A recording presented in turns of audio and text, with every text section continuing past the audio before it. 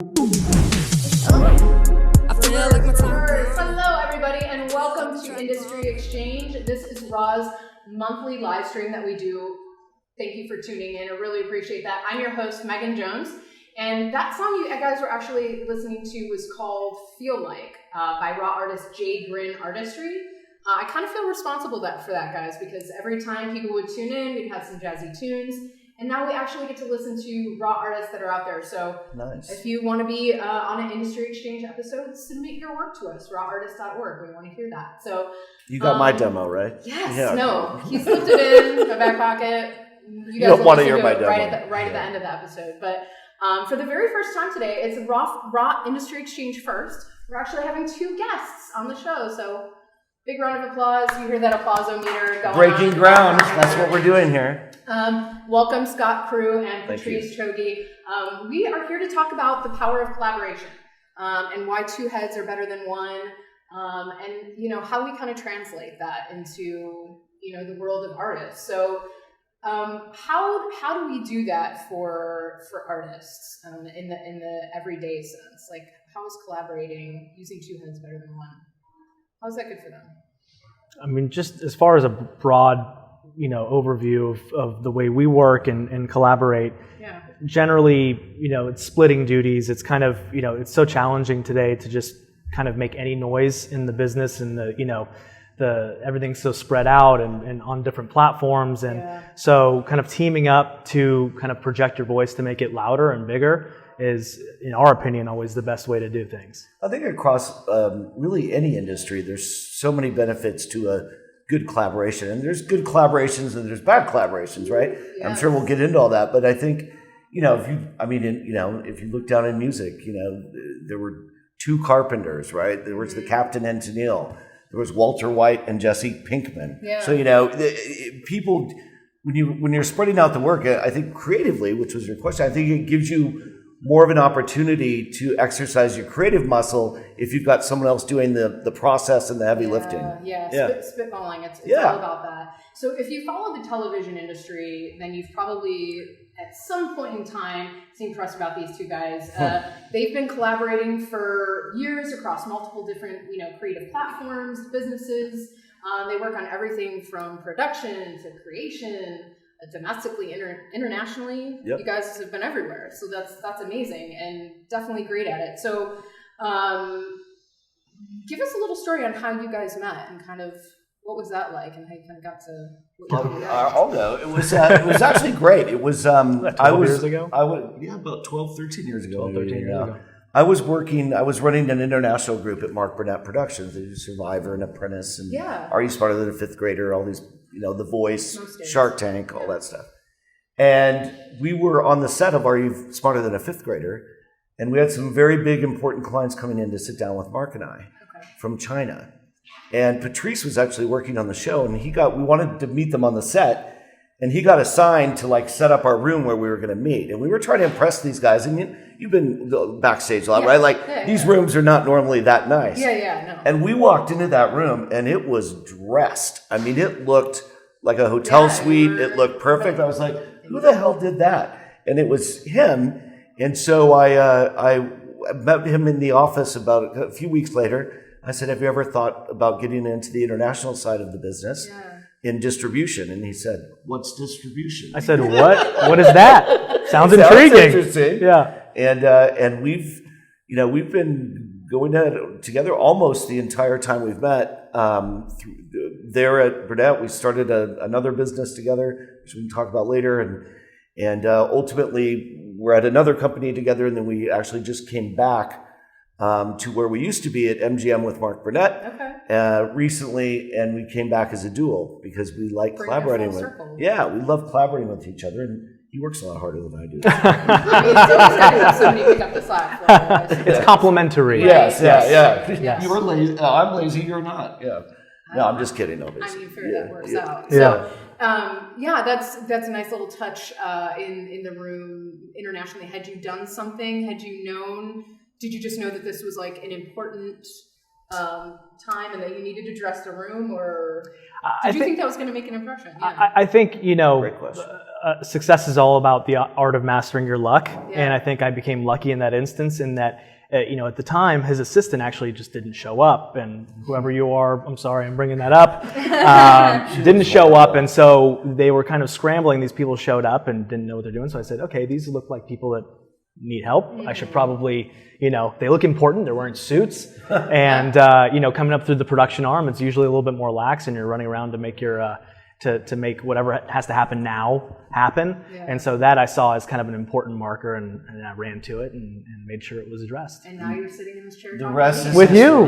So it's great. Now we can sit with Meghan. Yeah, buddy. So I guess for those that aren't in the film world and television, can you kind of explain what global formats and unscripted content means? Sure. Unscripted is just that. It's anything without a script. So a lot of people would call it reality television, but the industry generally refers to it as unscripted. And formats are the show that you produce. So what our group does is we take, let's use an example of Are You Smarter Than a Fifth Grader? Show we did a few years ago. We created that show from scratch with some partners, and it was very successful run on Fox. It's been back in a couple. There's been a new version now running on Nick. Actually, it's all these years later, it's still around on TV, new episodes. But we took that show, and you take the format and you sell it to broadcasters all over the world. Okay. So they do their own version of that show, and with their own hosts, their own guests, their contestants, and all of that. And we put that show in 72, 73, something like that. Just about, yeah. Places are. I mean. They were doing Are You Smarter Than a Fifth Grader? Afghanistan, no joke. Yeah. So we do that, and you can go down the list. The Apprentice has been in 34 countries around the world, and still a #1 show on BBC One. In the UK, we just renewed for up through season 18. So it's taking people are so hungry worldwide for good content. So it's hard work creating a good format. So if you're lucky enough to create one and stumble across it, then we're the ones that go out and execute it. Now, by the same token, we also bring formats back to the US for us to produce. Okay. So, for instance, Shark Tank is actually an international format called Dragon's Den. And I found that show in the UK on BBC Two when I came back and was talking to the boss and said, we should be doing this show. And I couldn't remember the name of it. And he's like, are you talking about Dragon's Den? I'm like, yes. He's like, go make a deal. And so we did. And now that show's been on 12 seasons, I think. It's 14, I think. 14 seasons, going strong. Of Shark Tank. So we bring stuff back, we send it out, and then, the rest of it is a lot of creative deal making, whether it's, production companies that we open internationally or whatever. And then, so that all flows through our group, the global formats and unscripted content group. I'm curious, personal question. Do you mentioned in Afghanistan, that show, is there something, or because it's so funny that you say people are hungry for different types of content, and it's very interesting. I'm sure the way here in the United States we stream content through multiple different platforms and TV, and maybe access isn't the same in different countries. Is there a type of programming that you feel like resonates with other countries more so than maybe here in the U.S.? Of course, and that's a great question. I think, we talk about that all the time and trying to reverse engineer things for the market and trying to figure out what's really going to travel well. And really what it comes down to is a simple answer of just universal themes. The reason why Are You Smarter Than a Fifth Grader works so well is it's that kind of dichotomy of knowledge that you learned as a kid, but as you get older, you kind of lose that. And so then to have that brought right back in your face by somebody who's currently learning it in fifth grade or 10 years old in some parts of the world, because they don't have the grade system.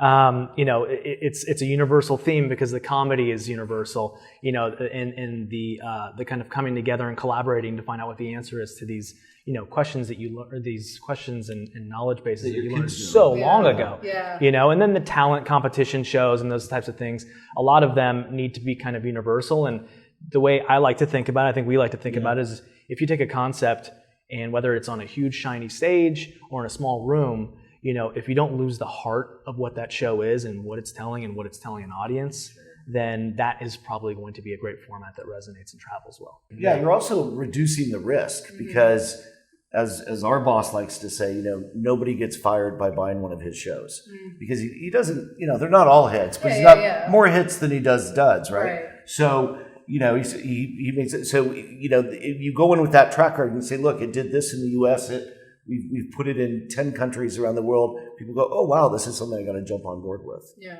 That's awesome. So what are some highlights, I guess, that have come out of your collaborations? What do you think are the highlights? Yeah, highlight reel. Going back to the beginning, I think of when we started collaborating, I think one of the first ones was Are You Smarter Than a Fifth Grader? Not to beat that drum too loudly, but it was a massive success. And in our business, in the formats business, unscripted formats particularly, it's been many years since there's been that big, shiny success story. And the last one was probably The Voice, which launched here in, I think, 2011. So you count the years, it's been quite a bit of time. So that was, I think, the first one we collaborated on, worked on together, and that one went to, I think, 70 plus countries. Yep. And then we throughout the years led into the international side of Mark Burnett Productions business getting so lucrative and being such a big driver for business in that company that it ended up selling to MGM Studios. So that was a token of pride that we think that we had something to do with that success. I would say everything. Mark did a few things, I'm sure. Just put his name on. I say some, you say everything. This is kind of how we collaborate. This is how we work. Yeah. So that was a big one, and then just kind of even coming back and like Scott mentioned, we kind of went and I went and ran a Latin-based studio in the U.S. for several years, and then we kind of came back and collaborated on a digital project called Dinner with Don, which was a project with Don Rickles, which we were his last television very show, proud actually. of. Yeah. And that was a digital short form series. So we've kind of worked across talking about all these different genres. I think that's another point of pride too, is that we've kind of seamlessly moved from big formatted shiny floor television to smaller, intimate kind of comedic and docu-television, and then back again. So it's flexing all those muscles. I agree with you. The Dinner with Don was a big badge of honor. It was a rough go with some partners, but what ended up on screen was great. And like we said, it was his last show that he ever did. And no matter what success I may have enjoyed in my career, nothing made my dad prouder than when I told him Robert De Niro came up to me and said, "What do you need me to do?" Because he was on the show, and we're like, "Can you just be Robert De Niro?" I don't. Take a picture with me. I don't know. I'm not really sure. So it's really fun to get to dip your toe in. That's I think probably the best thing about our side of this business is we get to dip our toe in a lot of different waters. Like you mentioned, at the top of your show is through production, international. There's a good health of business in it. So it keeps you going and keeps you fresh, not just kind of doing the same thing every day. Yeah, and I think that's like a big part of collaboration. So it definitely sounds like you two are the perfect people to have on the show to talk about the power of collaboration. So let's kind of dig into the decades of learning experience here. First off, why should artists collaborate? At the end of the day, two heads are better than one. And, and look, there is good collaboration and bad collaboration, but, collaborating can take a lot of different paths, right? Like, we collaborate on a way, we're in each other's stuff all the time and talking, and, his office is right next to mine. And, so he knows everything I'm doing all day. I know everything he's doing. But there are other kinds of collaboration where you might collaborate with someone on a short-term project or if you get stuck, right? And just to have a fresh set of eyes on something. Yeah, fresh perspective. And like, I've gone to him countless times and said, man, I just can't figure this out. And he'll, boom, how about this? I was like, oh yeah, that's so obvious. I feel stupid for not thinking about it. But I think, in the very high flyover manner, it's two heads are better than one. And just speaking also from experience in the television sphere and even to an extension to film, obviously, is everything's a collaboration. It's a collaborative medium, and it's hard. You'd be hard pressed to find any project that was done by one person. From writing duties to producing, all the way to directing, and to the art department, to everything. It's a collaboration, and sometimes a lot of sets are fraught with kind of a little bit of conflict because there's so many people collaborating, and over time you see the biggest directors and the most famous, they always work with the same people over and over and over again because it's proven, and they know it, and they have like Scott was saying, at least with us, we could be across the world from one another, and we know kind of how to communicate with each other in shorthand. And your spidey senses go yeah. Yeah. He's trying to reach me. I know. He needs me. I know. So what should you look for in someone to collaborate with? Because you've said a couple of times, sometimes it's not always easy. What are some qualities? I've got the number one thing to look for. You ready? Number one. This is it. Someone smarter than yourself. It's so true, though. It sounds so simple, and it's so true. Because I've collaborated with people that are dumber than I am, and it never went anywhere. And it doesn't. You know what I'm talking about. No, but it doesn't work. Yeah. And you want someone that's going to better you. And I know it sounds so simple, but my boss taught me that is go hire people smarter than you. Yeah. And that's what I did when I hired Patrice. Yeah. I think I've caught up a little bit now, but generally you're still pretty smart. Yeah. I like to think so. It's mutual. I like to think so. Yeah. Every day is a learning experience. Yeah. That's what I like to think. Yeah. And also to jump on that point as well is you look at somebody that you're collaborating with is why should they collaborate with you? What's their motivation to collaborate with you? And I think I've learned about that in failure more than I have in success as to what drives somebody to collaborate. And sometimes it's not, like you said, it's not with the purest of intentions. And that becomes a little bit of a minefield that as you go and you experience your successes and your failures, you kind of learn how to navigate that a little bit more thoroughly. Yeah, no, there's definitely...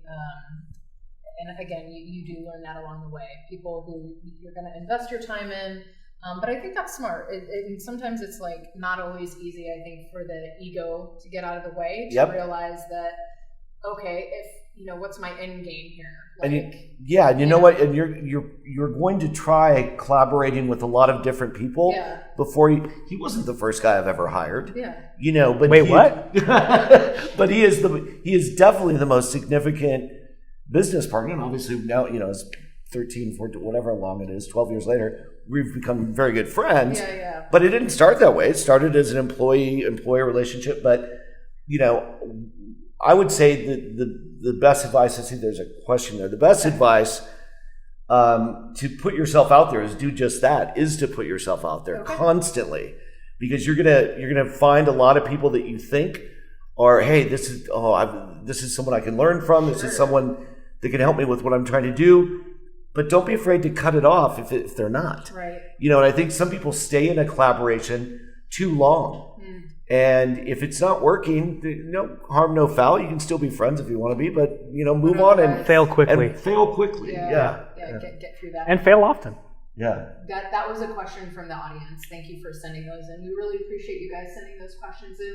And if you are following along with us, remember #IndustryExchange, #Raw Artists. You can follow along on all our crazy adventures. But now an audience question: tips on how to end a bad collab. There's no one better at doing it than this guy, so I'm gonna let him. Ooh. Because we were in a collaboration with someone. It was the three of us.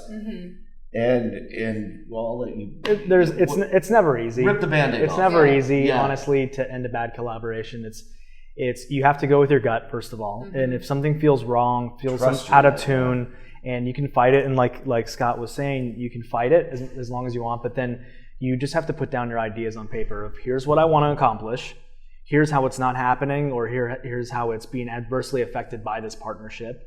And then lay it out, it's just laying it out and making it a very clear and concise thing and not being precious about it. I think you need to be very blunt and not mean, but you need to be blunt and put it down on the table and say, this is what I want to achieve and this is why it's not happening and this is why it's adversely affecting my goals and me sometimes personally, because a lot of times our professional lives seep into our personal lives even if we don't want to. Yeah, absolutely. Especially in the arts, especially in media, because it is long hours. It's working around the clock. It's creative, and it's creative. It's kind of part of yourself that you're putting into it. And so I would just say you have to face it head on, and you have to be very, very kind of blunt about the way you're approaching it. And I'll give him a compliment that he is. We've been in a couple of we've as collaborators together. We've also collaborated with other people. We've been in a couple not great ones.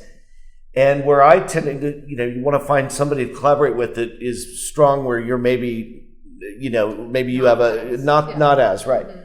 So, where I tend to be very empathetic and I, want to hear out the person and hope this doesn't make you feel bad. This guy's stone cold, it's just like, no, we're not doing this anymore. And it's great because, he's the bad guy. Well, that's the collaboration. I mean, right exactly. Yeah. I mean, at the end of the day, right, it's like, this is going to affect the bottom line. Right. Just like move through it, move swiftly. And right. But another way to know you have a good collaboration with someone is that at the end of the day, you go back to collaborate with them again. And we've repeated this cycle 3 or 4 or 5 times throughout our careers now, and not worked together for a while, then still kind of come back.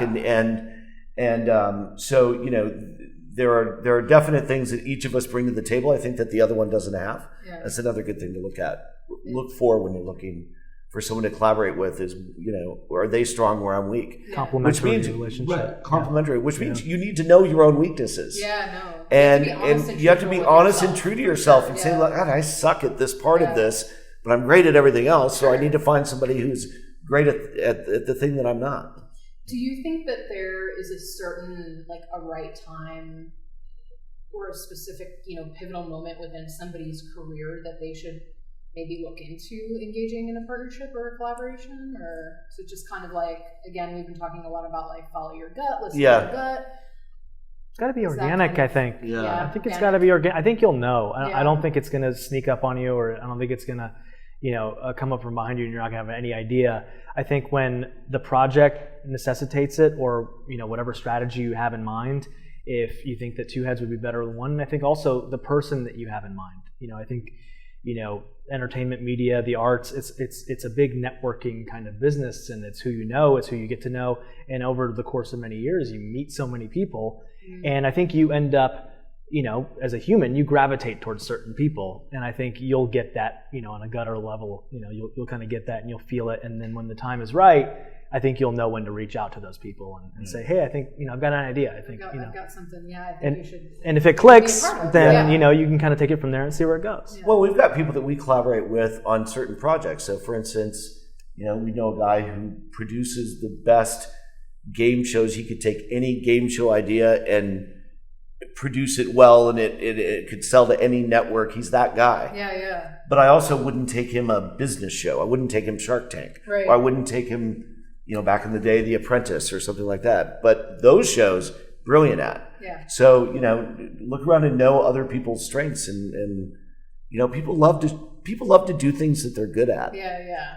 People like to be called a pro at something. To shine. Yeah. Is what it is. So, and we were moving. We were afraid you guys weren't going to. I didn't know how this was going to go. Yeah, exactly.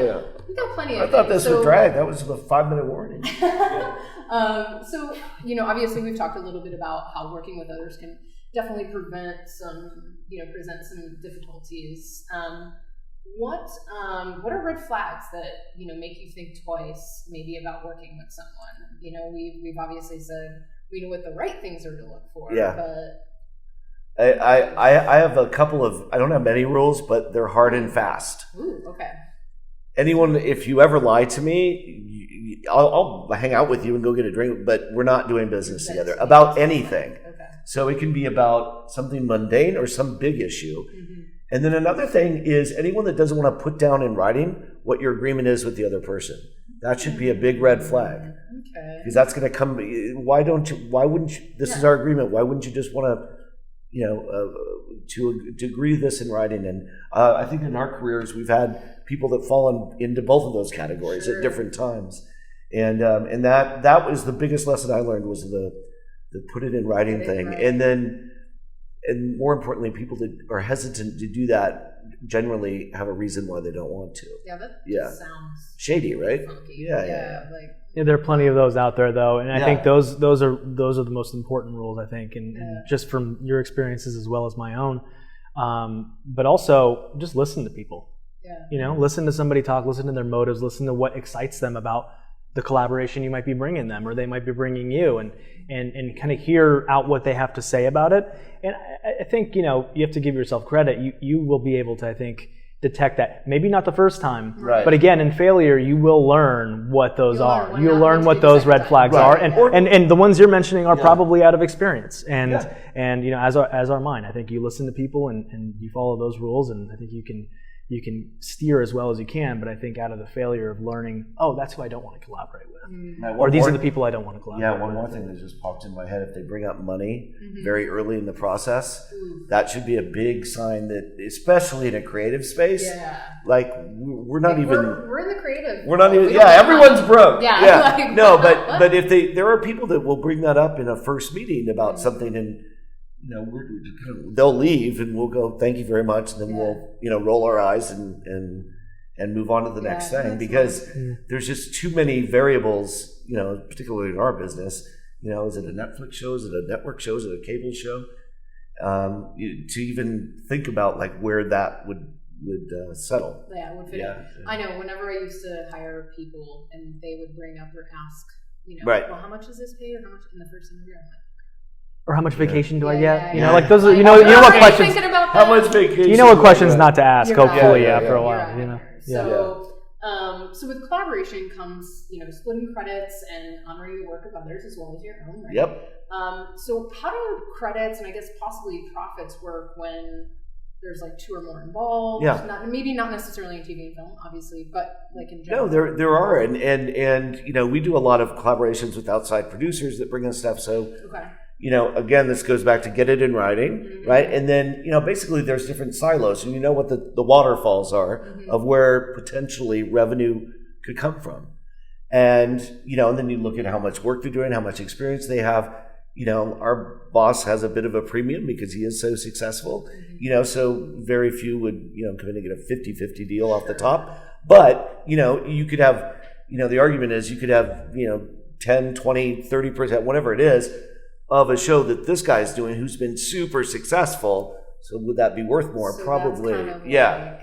Yeah, and you need to balance that out a little bit. Yeah, absolutely. And do you, obviously it doesn't seem like you guys have an issue kind of taking credit where credit is due in the best possible way. I love to take credit. I do it with his work all the time. This is why you hire him. We've learned that now in this last 5 minutes. You do it so you can take all the credit. Yeah, absolutely. But I take it in a great collaboration or even a good collaboration that you all feel like you've had something to do with it. You never feel maybe potentially like, that's somebody else owns that. I don't have any ownership of what happened. So I think that's, I think the best people to work with are the people that want the other party to really get more praise and credit or glory or whatever that is, a credit. If it's, the nothing makes me happier than when he does something really great, and I'll be the first one to step up and, someone will congratulate me on something because I kind of had the department. And I'll say, no, that wasn't me. That was all him. He did everything, but I had nothing to do with it. Yeah. Good for him.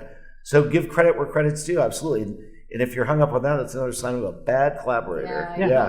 Credits ultimately are free. Yeah. Essentially. So if someone's doing the work and deserves it, then give it to them. I get an executive producer on this show credit, right? Yeah. I'm here. I have it in writing. Nice. Yeah, I got that written down. Well, this has been amazing and helpful, and I think we got a lot out of this. Scot, Patrice, thank you so much. It's been fun. Thank you for having us. It's been a blast. Thank you for having us. I liked having two people on the show. Nice. Maybe we change, now you're open to it. I love now you're open to it. It's all about. Normally I like to be, the one-woman show. Yeah. I'm super into it. So, nice. This is another insightful episode of Industry Exchange. So happy to put another one down in the books for you guys. We want you to encourage you. Get out there, meet your local artist community, collaborate, go back to a Raw show. If you haven't been back to your local neighborhood, or if you're visiting another city and there happens to be a Raw show, get out there, meet your local creatives. We want nothing but the best, collaborative endeavors for you. So tune in next month for another live chat. We will be here to see you then. And my name is Meghan Jones. Thanks for coming and listening to me chat with these two lovely guys. Thanks, Meghan. Thanks.